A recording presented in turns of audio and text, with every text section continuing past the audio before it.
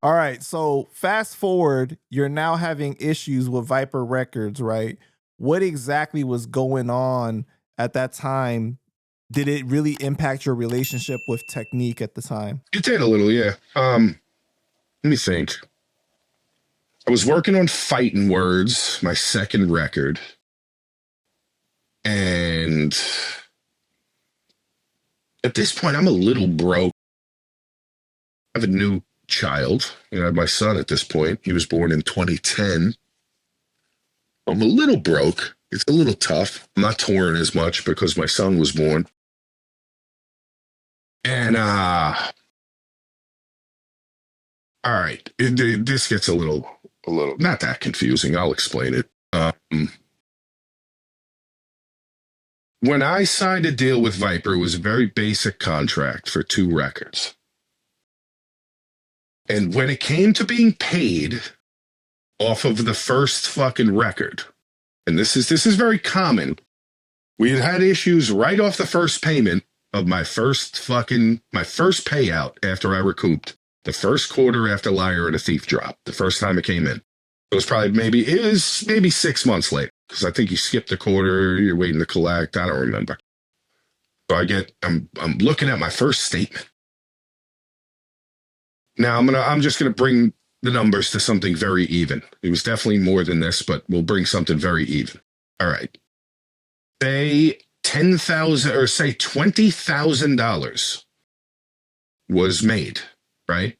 You sold records and $20,000 came back in gross revenue. And they spent $10,000 to put the record out, and it was $10,000 in cost. They have to recoup their cost, okay? Now, I had a 50-50 deal, you know, with Viper. It's 50-50 split of profits after you recoup. Now, some labels like to be fucking cute, and this is what they do. They go like this. They go, okay, 20,000 came in. Gross. We're going to split the gross 10 and 10, and then hold the 10,000 to your 10,000 profit. We made $10,000. You paid for the record and made $0 as of right now. Whereas when the gross comes in, what should be done is you take the fucking budget, the 10 out of the 20, then you have 10 left. We both make 5 in profit. Mm-hmm. That's not what they did. They did it the other way, the shady way. John did. So immediately I was like, absolutely fucking not. This is fucking bullshit. This is major label fuckery, and I didn't sign a deal that says that's how we're accounting for this record. So I made a big fucking problem about it. And eventually I got my way. I made my money, and it was accounted for from then on like that. But I'm not getting fucked here, you know, so I made it very clear from that point. Now, when we're working on Fighting Words, Liar and the Thief did very well. It still continues to. It did very well. So, like, for my second record, like, there was this dude, John Master, working for the label for a little while, trying to do stuff. And they had some thoughts of, oh, maybe we could do a Diabolic versus Muggs record, which would have been dope. Never came to fruition, but that would have been cool. But I started working on Fighting Words, right? And, you know, the record's coming out pretty good. You know, I ended up getting a preem beat for it and shit. And then we come to right before Christmas, before the problem started, right? Statements are coming in for Liar and a Thief money, okay? We had spent, say, let's make it even.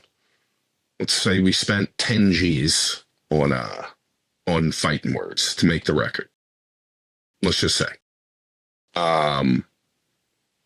John, the owner, sends me a statement where I should be getting a check for Liar and a Thief money for, say, $5,000 or something, and it's right before Christmas, mind you. I could really use this money. He holds my Liar and a Thief money, which has been recouped for fucking years now, and it's all profit, against the Fighting Words record. Now, that's called cross-collateralization in a record deal.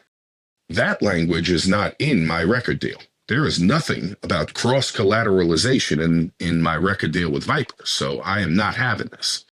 I'm like, you're not holding my Liar and a Thief money against fucking fighting words right now. You're not recouping your budget fully off the profits of a record I've already recouped for you. We didn't agree to that. I did not agree to that. If you had said that, I may have agreed to it, but we did not agree to it. I'm not fucking doing it. I want my fucking money. He was like, go fuck yourself. This is industry standard. I said, I don't give a fuck what industry standard is. That's not in my fucking deal. So I stuck to my guns and I said, all right, I'm leaving the fucking label then. I don't want to be here. I'm out. I'm fucking done. If this is the kind of business you do, you invent things in contracts that don't exist. I don't care what the standard is. You should have put it in the standard contract then, not in my contract. So I just said, all right, I'm out. I've had enough of this shit. I'm done with it. You've been shady with money a couple times. I'm not playing this game. I want out. So I reconnected with my old manager, Travis, who was handling some of my publishing stuff. And he brought up a very valid point that you've never been paid a single mechanical royalty in your entire history of doing anything with them. And they owe you X amount of dollars, which was far more than was spent on fighting words. But after a couple months of back and forth, I left with all my music, owning the masters, basically in a wash for the mechanicals. You know, here, you guys don't have to pay me mechanicals. I leave with my fucking record that we wash our hands of it, more or less.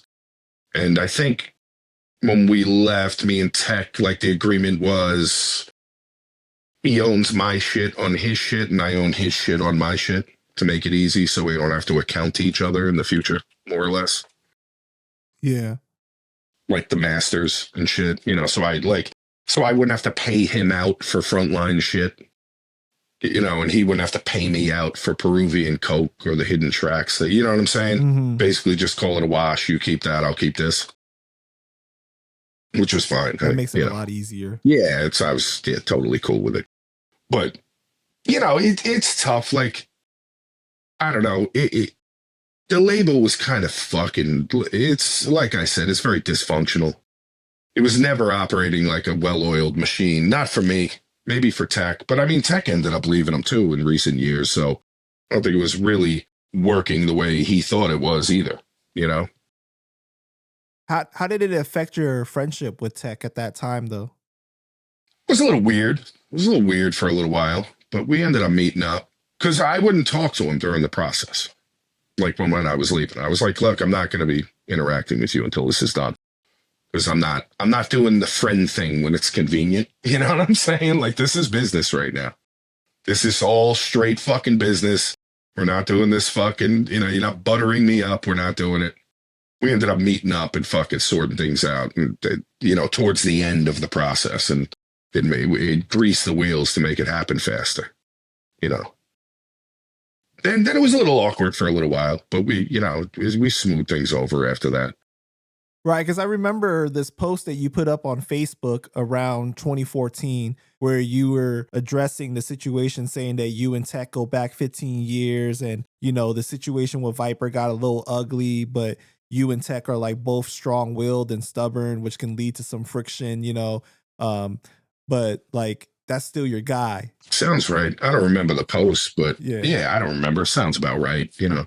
Yeah. I was pissed off at him, though. I was pissed off at him multiple times through the course of that deal because, I mean, there were a lot of times where I reached out to him like, yo, dude, you're the president of the fucking label here. Not even that we're friends, but like, you're the president. You got to do something about this bullshit. Like, not enough's being done. I'm feeling a little neglected over here, for lack of a better word, as an artist. Like, I don't expect too much. I never thought I would blow up. I never thought I'd be, I'm going to come out and be as big as Immortal Technique and be the next Jedi Mind Tricks or the next Slug from Atmosphere. I never thought that. I just wanted a fair shot to try to be, I thought I could be a little bigger than I am currently. Mm-hmm. A little bit. You know, just a little more well-oiled, put out a little better. Like, notice, I didn't have vinyl for Liar and a Thief. Notice that. Right. Like, I didn't have vinyl until I did it myself. Like, why wouldn't you put out vinyl? Why wouldn't we press vinyl for Liar and a Thief ever? Like, why wouldn't we do that? I didn't end up doing it until that record store day shit because I got offered a fucking deal through Fat Beats for record store day to do it. And I figured I'd just sit on it until I felt like doing it myself and just make a bunch of money off it because people wanted it. But, you know, there's no excuse for there not being vinyl for that record. Why wouldn't there be vinyl? They did vinyl for every Technique release. They did it for other releases on the label. It was very odd to me.